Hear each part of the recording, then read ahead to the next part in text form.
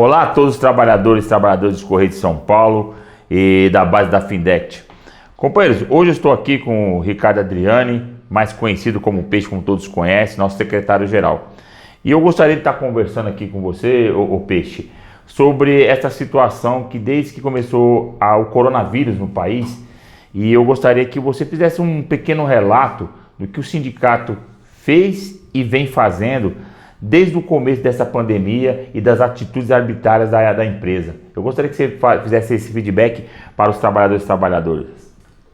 A princípio, o Sindicato dos Trabalhadores dos Correios aqui de São Paulo, nós começamos a fazer uma ação pela vida, a partir do momento daquele primeira hora do dia 17 de março, que a empresa colocava algumas medidas preventivas, né, de alguns trabalhadores ficar trabalho remoto, devido a doenças pré-existentes, alguns trabalhadores ficar em coabitação, porque e outros trabalhadores também que têm idade, com criança de idade de 6 anos ou inferior, mas infelizmente a empresa não cumpriu tudo que estava naquela primeira hora de visa.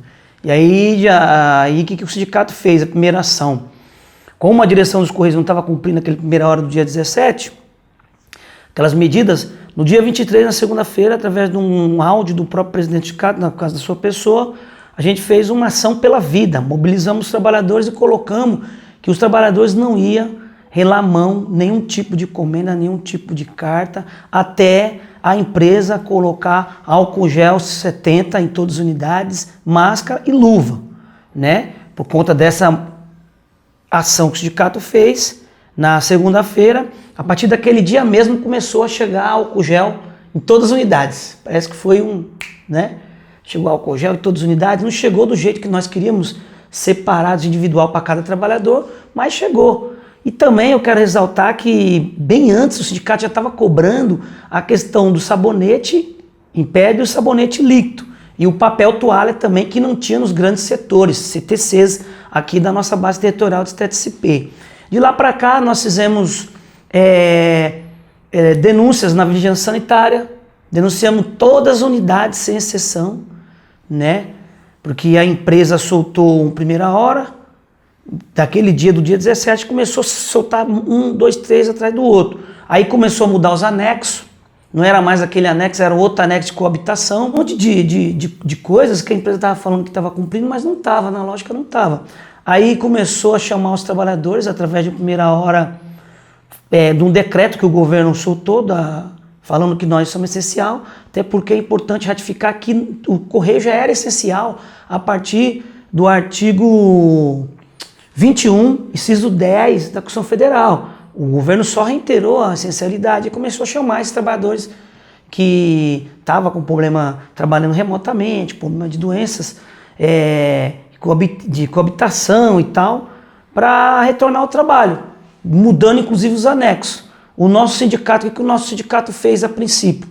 Primeira ação que o nosso sindicato fez foi,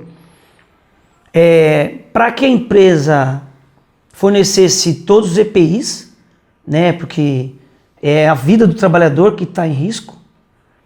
Aí a juíza indeferiu, depois a juíza indeferiu, aqui que o nosso advogado fez, pediu uma PMP, um processo de mediação pré-processual, né?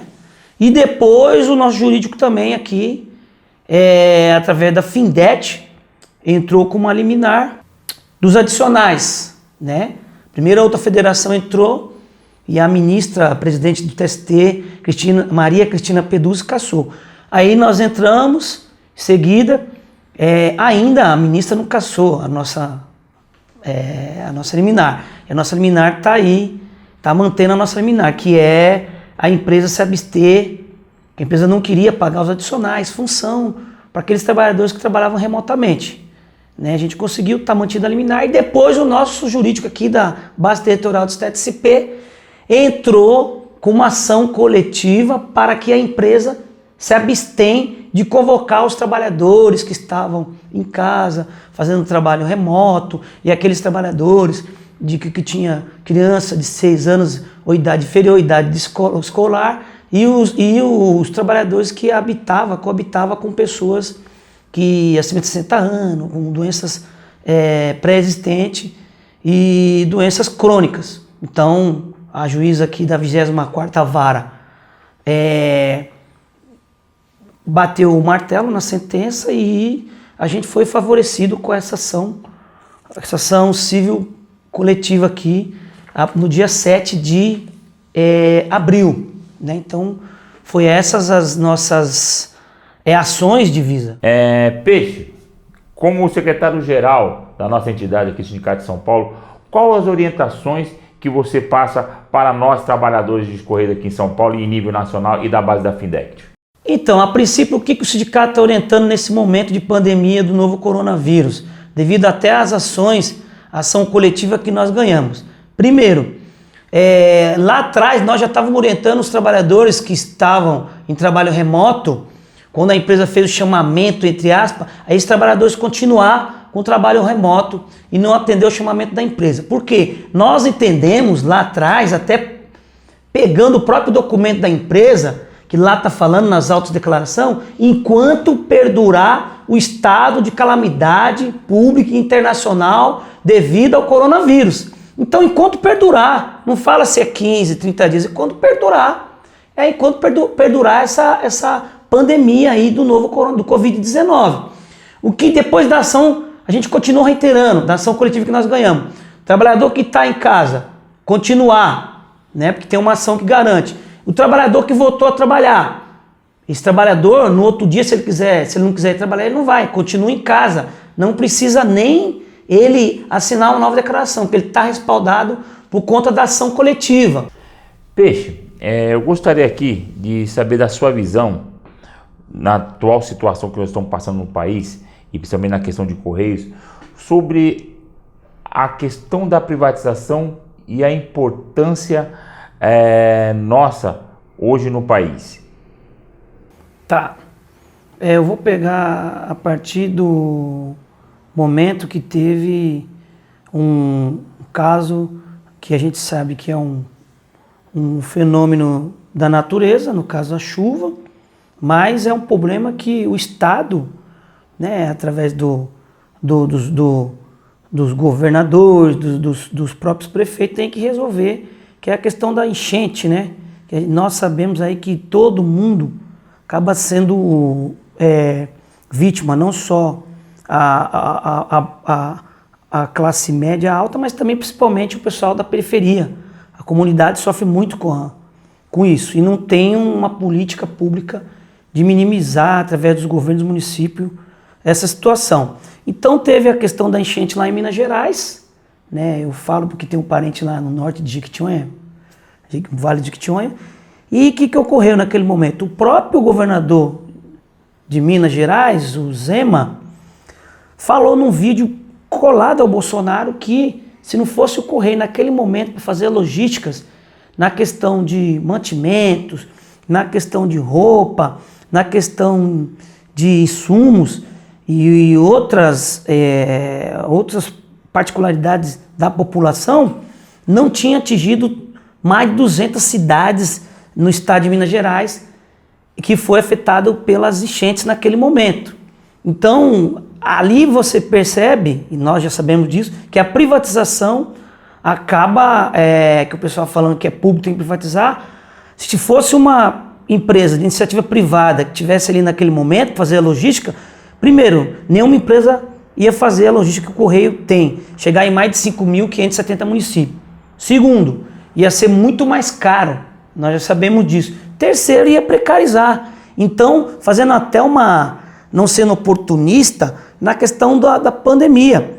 Nós estamos vendo aí que a essencialidade do Correio nesse momento. Então, para privatizar, eles falam que o Correio não está funcionando, que o Correio só entrega a carta, que o Correio não sei o quê, que o Correio não tem monopólio, um monte de boboseira que eles falam. Mas, na questão desses serviços essenciais, nesse serviço à população que o Correio faz, na questão da enchente, colaborando na questão do insumos, conforme agora na pandemia do Covid-19, o governo federal nos trata como se fossem invisíveis. A gente não aparece na mídia, você não vê essa situação dando repercussão na mídia.